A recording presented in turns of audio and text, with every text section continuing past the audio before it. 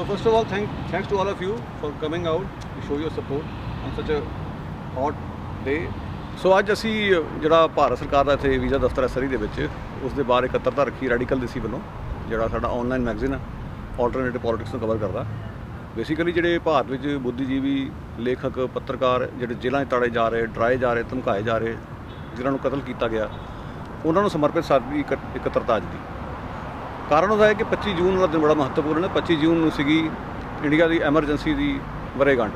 75 ਦੇ ਵਿੱਚ ਐਮਰਜੈਂਸੀ ਲਾਈ ਗਈ ਸੀ ਇੰਦਰਾ ਗਾਂਧੀ ਵੱਲੋਂ।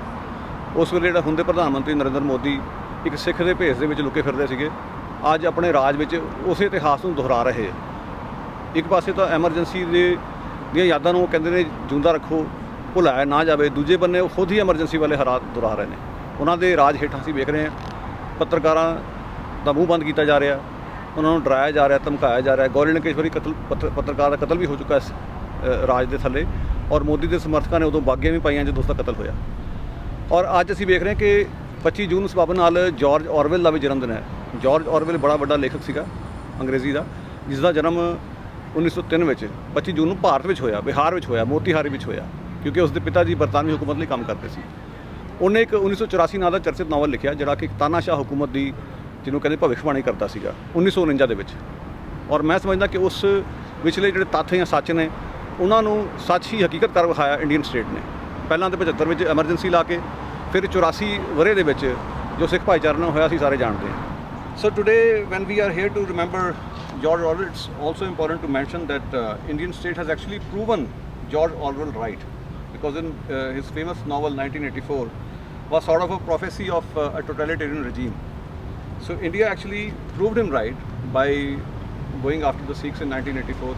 Around this time of the year 1984, they attacked the holiest shrine of the Sikhs, and they also organized the genocide of Sikh community in the November 1984. So actually the Indian state proved George Orwell right. If we read the line in between the lines in 1984, we will realize that. So now I would request you to first of all hold a moment of silence in memory of two journalists who passed away last month. One was Jarnail Singh, the second one was Rajkumar Keswani. Incidentally, both these journalists trying to make Indian government accountable for the happenings of 1984. Jarnail Singh wanted to make the government of India accountable for its complicity in the Sikh massacre. Rajkumar Keswani likewise was trying to make the Indian government accountable for the Bhopal gas tragedy. Probably you would know that in December 1984 there was a gas leak at the pesticide plant company in Bhopal. Thousands of people had died. Indian government was complicit in both these tragedies, one way or the other. They were trying to shield those involved. So Jarnail Singh and Rajkumar Keswani, through journalism, wanted to make the government accountable for these two tragedies, and they passed away last month. They died because of COVID-19 complications within a gap of 1 week. So we will be holding a moment of silence in memory of Jarnail Singh and Keswani, and also of course keep in your prayers those indigenous kids whose remains were recently discovered all over Canada. Just for a minute.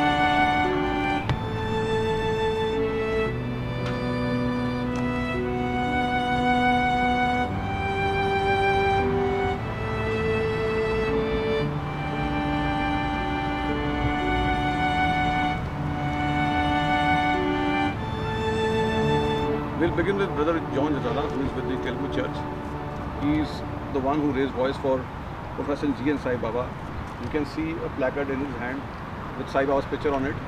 He is a former Delhi University professor who is disabled below the waist and is being incarcerated under inhuman conditions by the present government.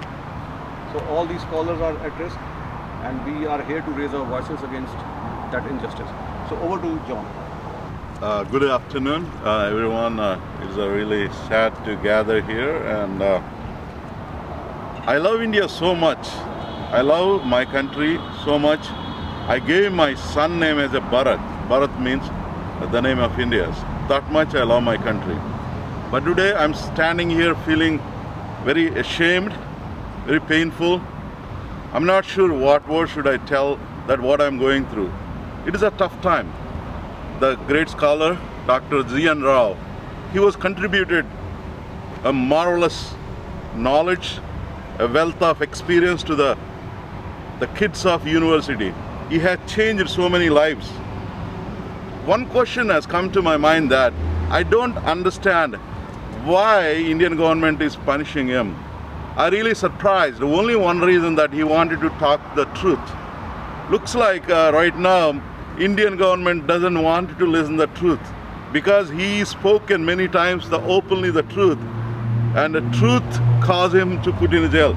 I'm really surprised to see last 30 years what his contributions, how much education he has, how many lives of young children he has changed. We haven't considered those things. And also when he was deceased, he was not allowed to even take in a medical care. And I was surprised to see when his mom was sick and passed away, the government not allowed.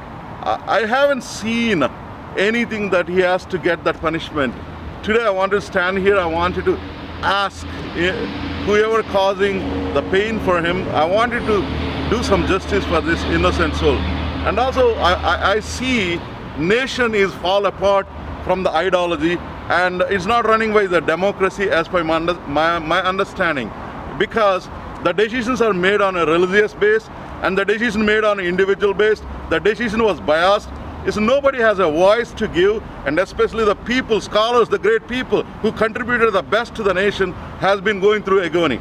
I think if these things are going on, India may miss the beauty and the contribution to the whole world can causing, they have to give the answer to the international other nations also why they're provocating. Other note on that, they're treating these untouchables not having a proper guidance, proper funding, and there have been a lot of the scholars in university as a suicide because they're not getting the resources.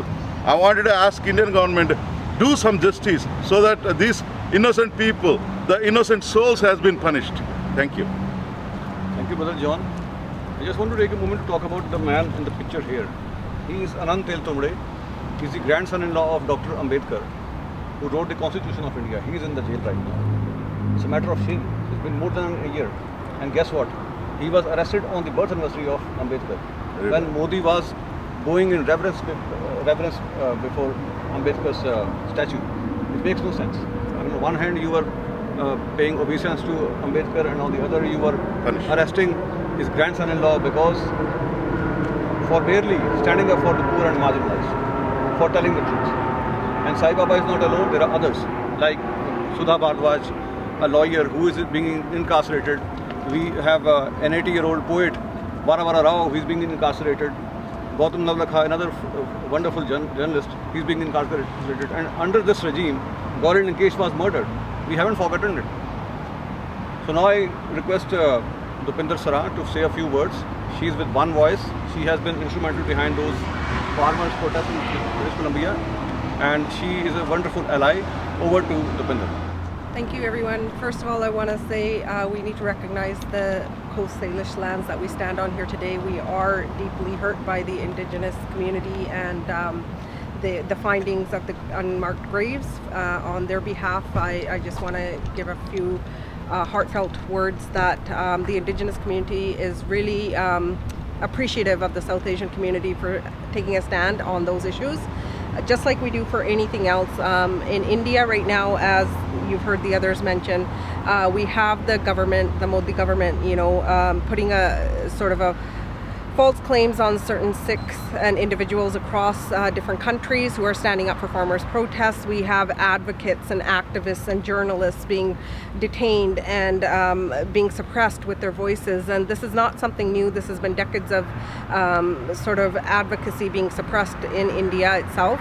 The regime, it's the religion and the push forward for certain religions and suppressing minorities is something that we have recognized over these many years, and we as South Asian community have come together on different forefronts to recognize and make awareness across different countries and nations that this is not something that should be happening, and especially when we have international groups involved and advocating as well, but feeling that same suppression across the world, which is a huge shame on India, especially when it comes to social media and other places where we have freedom of speech and democracy that shouldn't be taken away from us, but is being taken away from us. And as you see some of the posters here, we have individuals who are detained, like sort of the Bardwaj, and we have Dr. GN Sai Baba. They're detained for just speaking up and being a voice for those that don't have a voice. And I feel that across different countries, we have that freedom of speech, we have that voice that we can provide. On the international student front, I'd like to say the same thing. International students, why are we getting a flood of international students coming from India? It's the same reasoning, is because they are feeling that they are being suppressed in their own country, not being able to accomplish certain things within their own means, and having to flee the country, going to different other countries where they actually have a voice and they're able to speak up, especially when it comes to farmers' protests right now. They are struggling in that aspect, that their parents, grandparents are back home at the borders of Delhi. Meanwhile, they are trying to study here, and they are being, again, feeling a sort of an oppression taking over them between two worlds. And so I think the Indian government, needs to really recognize that what they're doing is not in any form humanity, and needs to basically back off when it comes to certain advocacy work, allowing groups that freedom of speech, allowing them to make their mark, and policy changes accordingly, not in favor of the government. Thank you. We have among us today Susan Ruzik, who is a teacher. She's an anti-racism educator, social justice activist. She's with BC Teachers Federation. As a scholar, she has stood up for Sai Baba a number of times. And you know what? It also takes a lot of courage. Let's face it, what happened in Ontario recently. A teacher had invited some students for a talk on the farmers issue, and the Indian consulate sent a letter of protest to the Peel School District. So this shows how much democrat they are actually. They claim to be the world's largest democracy, but they are not. If this can happen to that teacher in Peel, and we can see how certain UBC professors here, they were being hounded by the Indian consulate for organizing talks and seminars for what is happening in India, to draw attention to the way the Indian scholars are being arrested and being incarcerated. So they also had to face music. So Susan is a wonderful woman. We want to give her an opportunity to say a few words. Well, as a settler on these Coast Salish lands in so-called Canada, my heart also goes out to my Indigenous friends for two revelations of what we know for this next year is going to be revelation after revelation of mass graves in all these places of education, residential schools. My heart also goes out with my friends here who I'm standing with, and the jailed activists, the jailed educators, for speaking out. There's a connection to settler colonialism around the world and silencing people's voices in so-called democracies. It's a shame that we have to come out here and shout these words because our governments are not listening here in Canada or India or elsewhere, and we need to unite everywhere to speak up for these brave voices around the world.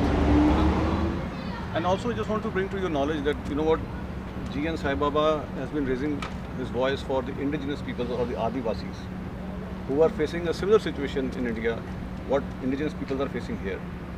I mean, all these big extraction industries, the corporates, they don't care. All they care for is the money and the profit. And the way their lands are being taken away, Sai Baba has been raising voice against that. That is his only fault. That is his only sin, and that's why he's in the jail.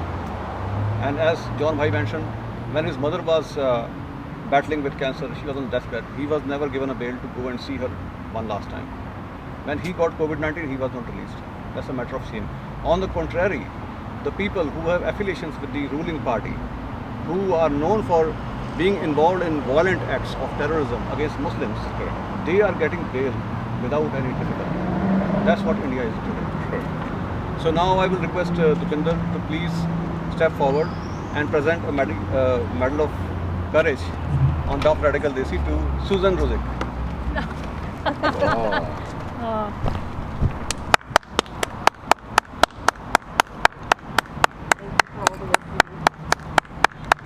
Thank you so much. I do this work because of you and what you're telling me as an educator, as a human being, as a citizen. How can I not do this work? So thank you so much. But everyone do not realize that. That's the problem.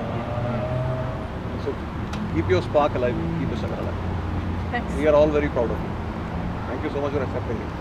Thank you. Free, free Sai Baba! Free, free Sai Baba! Free, free Sai Baba! Free, free Sai Baba! काले कानून वापस लो वापस लाओ काले कानून वापस लो वापस लाओ वापस लाओ काले कानून वापस लो वापस लाओ वापस लाओ सियासी कैदी रिहा करो रिहा करो रिहा करो सियासी कैदी रिहा करो रिहा करो रिहा करो सियासी कैदी रिहा करो रिहा करो रिहा करो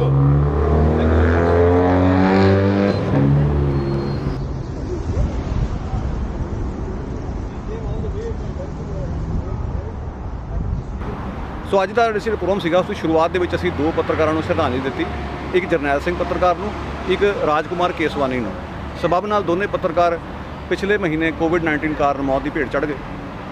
ਉਹਦੇ ਵਿੱਚੋਂ ਜਰਨੈਲ ਸਿੰਘ ਨੇ 84 ਦੇ ਕਤਲੇਆਮ ਲਈ ਸਰਕਾਰ ਨੂੰ ਅਕਾਊਂਟੇਬਲ ਬਣਾਉਣ ਦੀ ਕੋਸ਼ਿਸ਼ ਕੀਤੀ ਔਰ ਕੇਸਵਾਨੀ ਨੇ ਜਿਹੜਾ ਭੋਪਾਲ ਕਾਂਡ ਹੋਇਆ ਸੀ ਉਸੇ ਸਾਲ ਦਸੰਬਰ ਵਿੱਚ ਉਹਦੇ ਲਈ ਸਰਕਾਰ ਨੂੰ ਜਵਾਬਦੇਹ ਬਣਾਉਣ ਦੀ ਕੋਸ਼ਿਸ਼ ਕੀਤੀ ਔਰ ਦੋਨੇ ਹੀ ਘਟਨਾਵਾਂ ਦੇ ਵਿੱਚ ਸਰਕਾਰ ਦੀ ਸ਼ਮੂਲੀਅਤ ਸੀ, ਸਰਕਾਰ ਜ਼ਿੰਮੇਵਾਰ ਸੀ।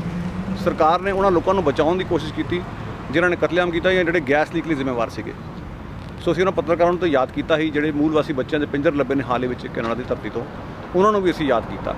ਸੋ ਮਕਸਦ ਇਹ ਸੀ ਕਿ ਜਿਹੜਾ ਭਾਰਤ ਨੇ ਇੱਕ ਪ੍ਰਭਾਵ ਦਿੱਤਾ ਹੋਇਆ ਸੰਸਾਰ ਨੂੰ ਕਿ ਬਹੁਤ ਵੱਡੀ ਜਮਹੂਰੀਅਤ ਸੀ, ਉਸ ਦਾ ਪਰਦਾਫਾਸ਼ ਕਰਨ ਲਈ ਇਕੱਤਰ ਹੋਏ ਸੀ। ਇਹ ਸਾਡੀ ਨਿਮਾਣੀ ਜਿਹੀ ਕੋਸ਼ਿਸ਼ ਹੈ।